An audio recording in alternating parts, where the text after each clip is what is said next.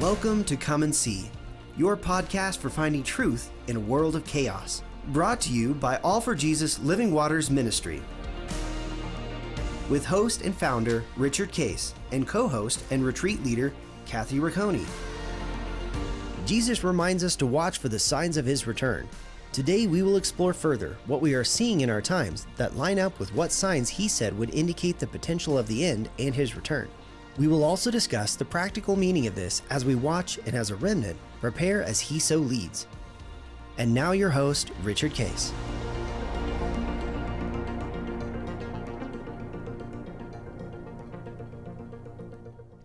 Well, good morning, Kathy. This is End Times Friday. Good morning. We're in the end of February when this will be aired. And there is, so far in this month, of course, we tape it a little bit ahead of time, but lots of interesting stuff. It has been a crazy month, going on in the world. And I think everybody probably couldn't help but at least learn that over the United States and Canada were big balloons that were at super high levels. So they were like at 60,000 square feet or 50 feet elevation, 60,000 feet elevation, which is high. So Right. It wouldn't have been, it's not a manned balloon at all because a man actually, I guess you could have space suits that would work, but it wasn't. So they're identified, and then they drift over America, and nothing happens. They just let them sit there and do what they're going to do. And then finally, when they got to the East Coast, did you see it at your house? We did not. Yeah, didn't see it go over here. But I do know people who live down in like Wilmington, North Carolina, that area, who clearly saw it down on the coast. Yeah, it's pretty cool.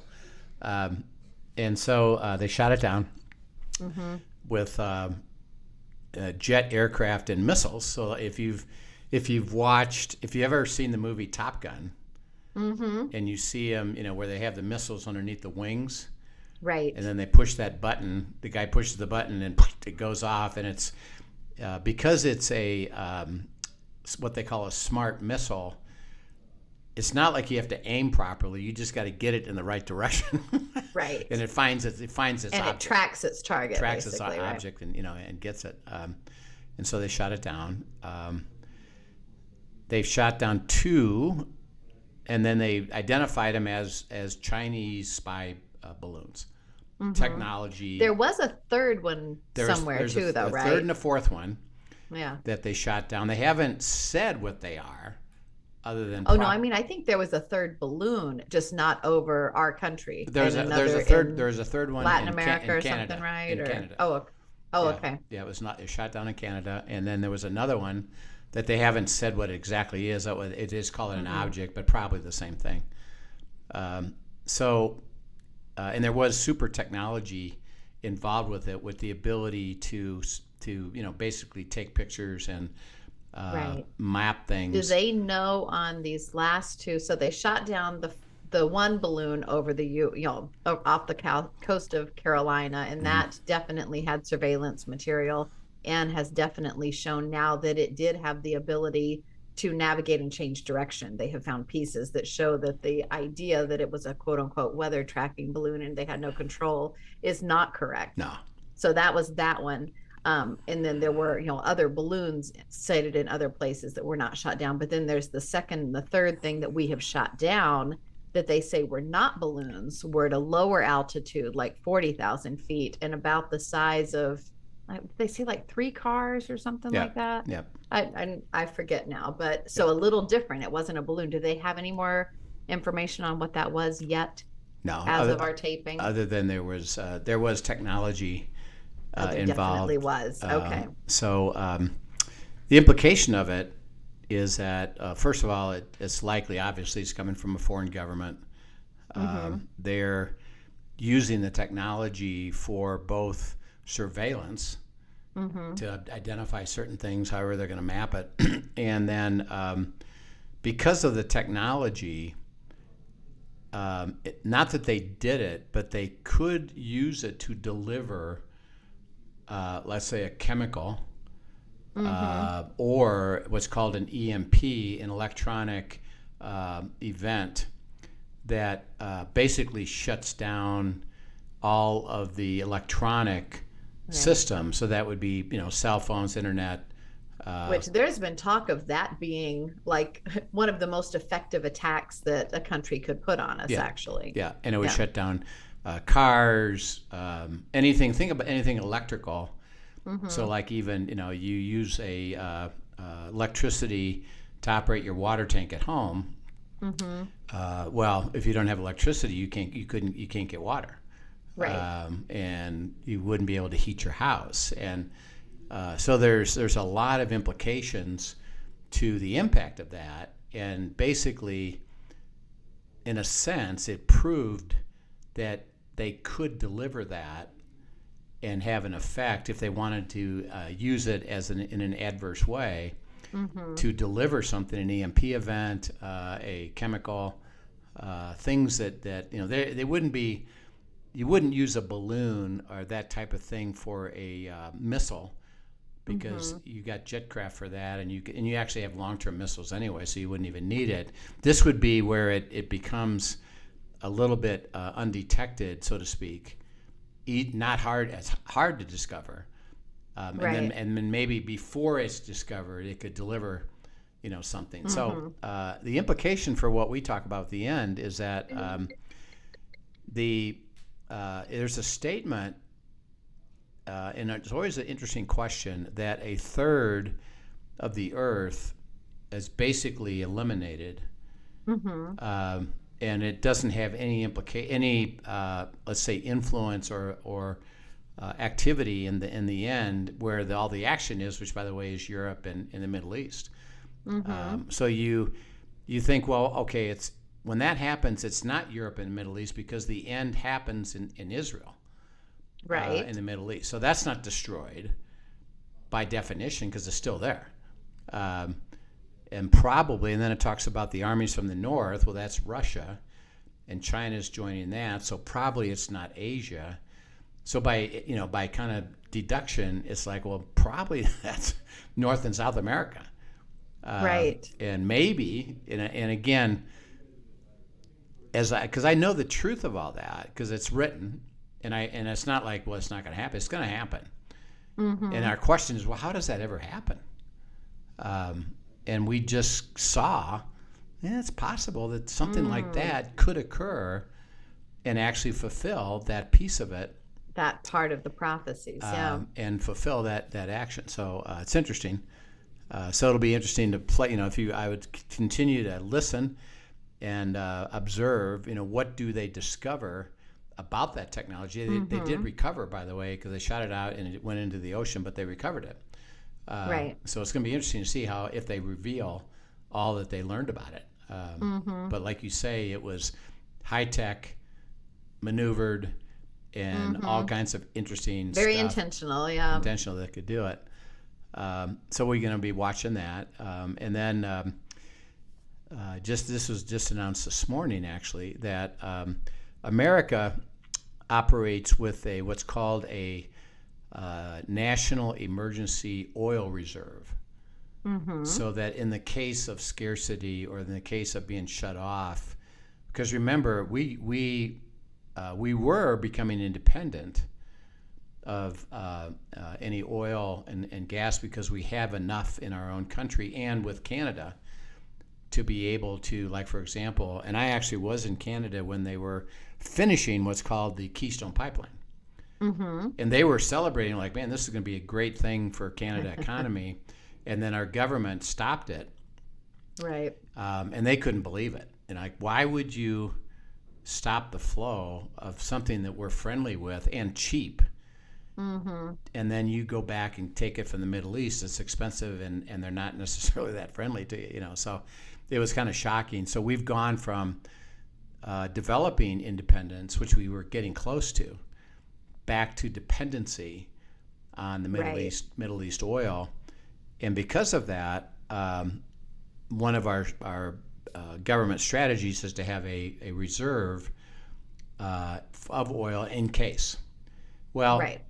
Because of inflation, the price of gas has skyrocketed and is putting a tremendous, that alone, you think of food, and they said that food is, remember they took food a long time ago out of the inflation measurement. Right. I remember you sharing that. So when you which say, is probably one of the biggest things. exactly. So if you say, interesting enough, they took food and fuel out of that calculation, but the people that go shopping, they know. You feel the pinch, you know. So we there. say, okay, we're at an all-time high right now, 8 to 9% inflation. The truth is, in those two things, fuel and food is closer to 20%. Well, that puts a tremendous crunch for somebody who is in an income bracket where they spend a lot of money just surviving on food and fuel to get to work back and forth and to eat. The government, to try to minimize the impact of the inflation of fuel, have started to sell off the National Reserve. Oh, interesting. And they did it before the election. Okay. So that the prices came down a little bit. And because summer's coming, getting ready to come, they know prices are going to go way back up. So they just today are releasing, millions and millions of gallons, so that typically we've got 700 to 800 million gallons in storage. And guess what? Today, it's only half that. Wow. And we're depleting it, and we're not filling it back up because of the supply. Right. So the question is, it's interesting that we have it there for protection, but we're losing that protection. Right. And therefore, a foreign government could ultimately, be a threat. And if we can't think about if we couldn't function with fuel, well, it pretty well shuts you down.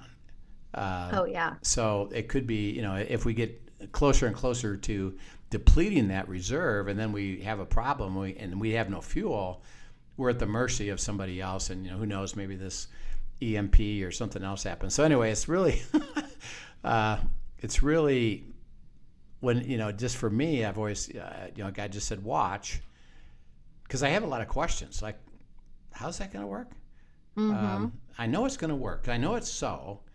Right, because you say it so. But I always have a hard time. Well, how is that going to, like the one world government, for example, which we've talked about, is, I said, I don't get that. How does countries and people of the countries willingly give up their sovereignty? How is that possible? And then COVID hits. It's like, oh, we just saw it. We just saw one world government be put in place. Right. It's like, oh man, look at that, it happened, And so, the only thing that, therefore, we kind of urge everybody is, it seems like, and to me, this is in the last 10 years, the explanation of certain things that are absolutely true in the end are now becoming knowable of the actual implementation of those things. And that to me is like, whoa. Perhaps because now we're seeing things that we never understood, but now we do, is that moving toward an acceleration of when it's going to happen? I just say keep looking. And the key is, on the other side of it, don't ignore that. Don't say, it doesn't matter. Well, remember, Christ said pay attention, and it does matter. We had a great question that came up as somebody who's a listener on the End Times. And they ask us this great question, Kathy, and it's, well, are there prophecies remaining that still need to be fulfilled before the beginning of the tribulation? Right. Which is a great question. Oh yeah. Because even if we say we're supposed to be watching for these things, we're watching, and Jesus is pretty clear, and the scriptures are pretty clear. These things will happen. Well, it's simple. It's a great question, and I love it. Because people say, "Well, okay, have all these things happen?" Right. And if they haven't, well, then one thing we know, it's not time yet. Right. However, could they be happening soon? Maybe, and we'll see. So let's look at it. Now, Jesus specifically talked about this himself. Now, to me, this is always interesting because remember, Jesus said he did nothing except what? Except what the Father told him. So he had a dialogue with the Father about this. Is that, they're going to ask me questions about this, and what is, all this is going to happen. And he obviously knew because he spoke it. Right. And go to Matthew chapter 24. And start in verse 3. And basically, he gets asked this question, and then he answers it. So 3 through 13, I think it is. Sure. 14, sorry. Now, as he sat on the Mount of Olives, the disciples came to him privately, saying, "Tell us, when will these things be? And what will be the sign of your coming and the end of the age?" And Jesus answered and said to them, "Take heed that no one deceives you. For many will come in my name, saying, 'I am the Christ,' and will deceive many. And you will hear of wars and rumors of wars. See that you are not troubled, for all these things must come to pass, but the end is not yet. For nation will rise against nation, and kingdom against kingdom. And there will be famines and pestilences and earthquakes in various places. All these are the beginning of sorrows. Then they will deliver you up to tribulation and kill you, and you will be hated by all nations for my name's sake. And then many will be offended and will betray one another and will hate one another. Then many false prophets will rise up and deceive many. And because lawlessness will abound, the love of many will grow cold. But he who endures to the end shall be saved. And this gospel of the kingdom will be preached in all the world as a witness to all the nations, and then the end will come. Yeah. And then we'll come back to that. But jump over to Revelation 14, verse 6 and 7. Sure. Then I saw another angel flying in the midst of heaven, having the everlasting gospel to preach to those who dwell on the earth, to every nation, tribe, tongue, and people, saying with a loud voice, "Fear not, and give glory to him, for the hour of this judgment has come, and worship him who made heaven and earth, and the sea and springs of water." Okay. So as we look at Jesus's statements about the end, he's asked the question, okay, when is all this going to happen? He starts out and says, well, be careful that no one deceives you. Right. Now that works on both sides of it. So he said, be careful that somebody says, well, I know when the end is coming.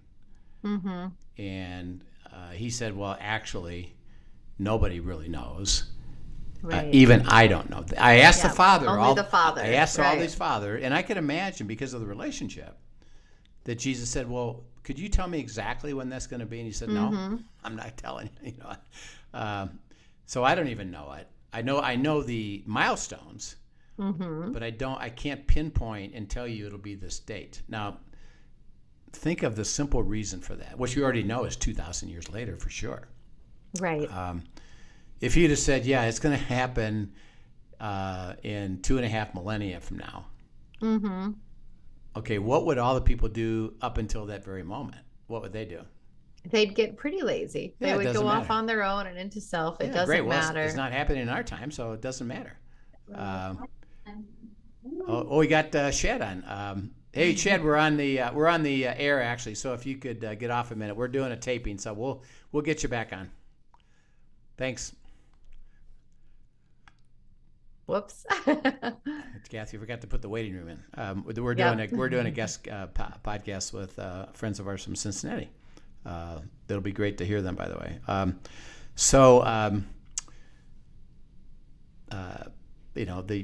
He said this is when it's going to happen, and be careful that you don't deceive it on either side of it, or deceiving that it doesn't matter, or that don't worry about it. God said no, pay attention. He says many will deceive. You'll hear wars of rumors and wars, which we have. He says, nation will rise against nation. We have famine. We have pestilence. We have earthquakes. By the way, the number of earthquakes has accelerated in the last 40 years exponentially. Right. So that's interesting. And then, by the way, and this most recent one Yeah. in Syria, Yeah. Turkey, just devastating. it's devastating. Devastating. 7 point. See, 7. Remember the scale? It's called the Richter scale. Every number is multiplied by 1,000, the power of it. So when you have a 6.0, that first of all, that's super powerful already. Right. 7, and this was like a 7, 8. 8, almost 8. Right? So 7 is 1,000 times more than that. 8 is 1,000 times more than that. So in other words, the 8 is 1,000,000 times more than the 6, and that's just what happened. Right. And it's huge devastation of buildings and loss of life as a big sign. So he said that's all true. He said this is the beginning of sorrow. So he's saying when you see these things happen, start to realize it started. Right. Which is when we talk about the birth pangs, when you start to see the frequency and the intensity increasing. Right.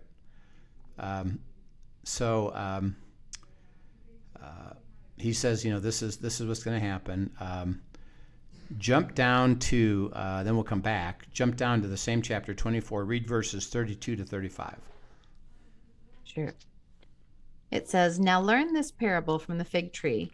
When its branch has already become tender and puts forth leaves, you know that summer is near. So you also, when you see all these things, know that it is near at the doors. Assuredly, I say to you, this generation will by no means pass away till all these things take place. Heaven and earth will pass away, but my words will by no means pass away." Okay, so he's saying that this is a description of Israel is restored back to life as a nation. And so that happened, in 47 and then 67, they won the 6-Day War. And then in 2012, they themselves determined that they officially became a nation when over half of the world's Jews now live in Israel. So it happened. So this prophecy, along with what Jesus said, the beginning happens, is he says, well, when this happens, he said it's at the door. In other words, get ready, here it comes. Okay, so let's jump back to where he says lawlessness will abound. We know that. That's not fuzzy. Right. In verse 14, the gospel will be what? It says the gospel will be preached in all the world as a witness to all the nations, and then the end will come. Okay, so the gospel of the truth will be given. Now it says in Revelation that that it's going to be to all the nations, but interesting enough, there's not many that receive it. Right. But it's not so. But it'll be available. He doesn't say that it causes a lot of people to come to know Christ. He just said it's going to be spoken. It's going to be given in their languages, and so. Which my understanding is we are really only a few years away from having it translated into every dialect and language out there. That's right. That's what I heard from the Bible societies, is that they're close now to finishing. They keep track of it, and they have missionaries every nation that is proclaiming the gospel. So it's in all the world, and so that's one prophecy that hasn't yet been fully fulfilled, right? But close to being fulfilled, right? And it's exponentially increasing. Like they were tracking years ago, they had predicted, I forget what year it would be complete in, and it is going much more quickly than planned. Right. Okay, so that's one. Go over to Revelation 18, and I think it's just verses 1 to 3 that we'll cover. Revelation 18, 1 to 3. Sure. It says, "After these things I saw another angel coming down from heaven, having great authority, and the earth was illuminated with his glory. And he cried mightily with a loud voice, saying, Babylon the Great is fallen, and has become a dwelling place of demons, a prison for every foul spirit, and a cage for every unclean and hated bird." Okay, so Babylon is the reconstruction of the one world government that comes, and then in this case, he's saying, this has now been being defeated by God, but you got to look at the prophecy of it. Well, that means it's created and put in place for it to be defeated. Right. And so Babylon is the recreation of the force of the enemy, and think of the imagery of that is, think of Jeremiah when he told Israel, you're going to get judged. Well, who were they judged by? Babylon. And the whole system of everything coming against you because they're trying to eliminate you. And so Babylon. And so that's one prophecy that is in formation, but not yet put together. Right. So that one world government isn't put together yet, and right. we see all the beginnings of that as well with the WEF and their agenda for the one world government and the one world economy in their ideal world by 2030. That's right, and we'll look at that the structure of that, but is it operational? No. But it has to get formed. Remember, it can't be done. You can't form a one world government in a day. It has to be processed, and it'll start to be known of the movement into that place. Right. And Babylon is there. Now, there's something interesting, and this is just a by the way.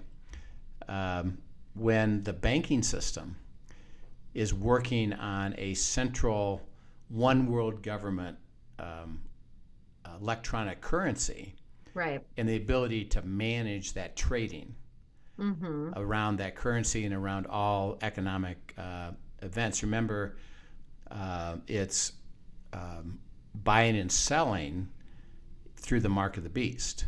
Right.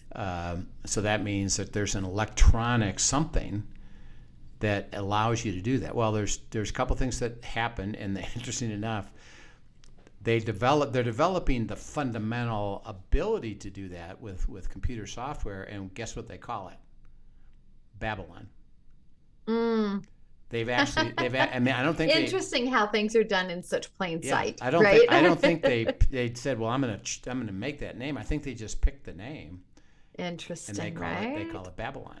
So I think it's this one system. And then the other side of it, which again has to be put in place, is that the all of the stores and gas stations and restaurants and transactions have to be able to receive that electronic imagery. So, like for example, if you're going to go, if the tribulation is here, and you've taken the mark of the beast, you would go to a restaurant. Well, they have to have something that can identify you, right, on their side of it, on their database, so that they can put up the phone, or something you put up to your phone, or they put it up to your forehead or something, and they now can identify. Well, that all has to be put in place, and that's not yet done yet either. So think of that process. So Babylon will become known. The system will become known. It'll be tested even, I think.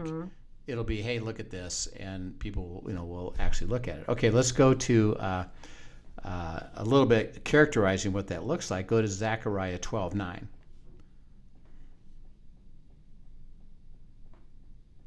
Okay, Zechariah 12:9 says, "It shall be in that day that I will seek to destroy all the nations and come against Jerusalem." Okay, so the nations that come against Jerusalem. Yeah. So we know that during the tribulation, the beginning of the tribulation, that the nations are starting to be put together that come against Israel. And by the way, he describes it as every nation outside of Jerusalem, outside of Israel. Well, today, that isn't true. America isn't yet completely against Israel.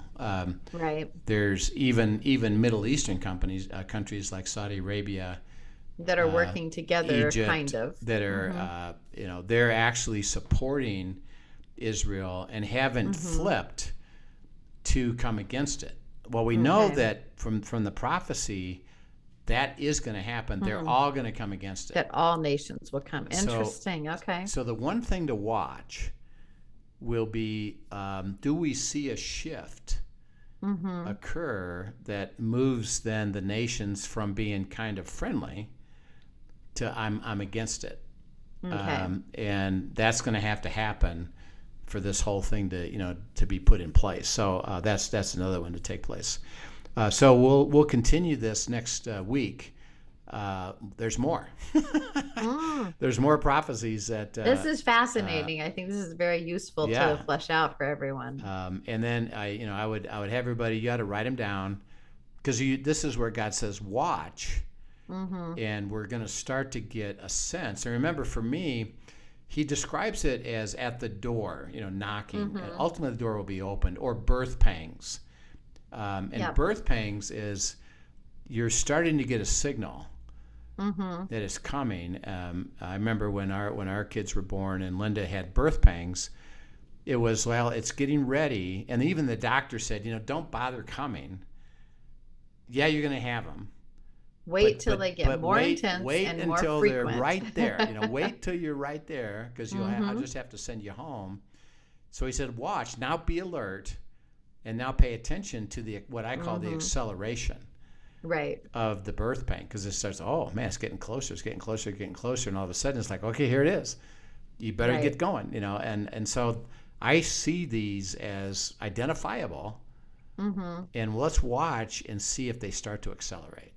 Right. And that'll be the fun of it. So we'll pick this up next time. A great question, by the way, and can hardly wait to finish. We got so much cool stuff to talk through about these things, and it's really clever. The Bible gives us information. We just got to receive it. So we'll pick it up. Excellent. Thank you so much for sharing. This is fascinating. Thank you for sending in the question. And anybody else, if you have questions, send them in. questions@afjministry.com, and we would be happy to talk about them. Have a great weekend. Yep. We'll see you soon. Thank you for joining us for today's episode of Come and See, your podcast for truth in a world of chaos. Brought to you by All for Jesus Living Waters Ministry. Send us your questions and comments, and tune in tomorrow for more answers to your personal questions about living life in God's truth. Remember, God's will is best and none better. His truth brings peace in this world of chaos.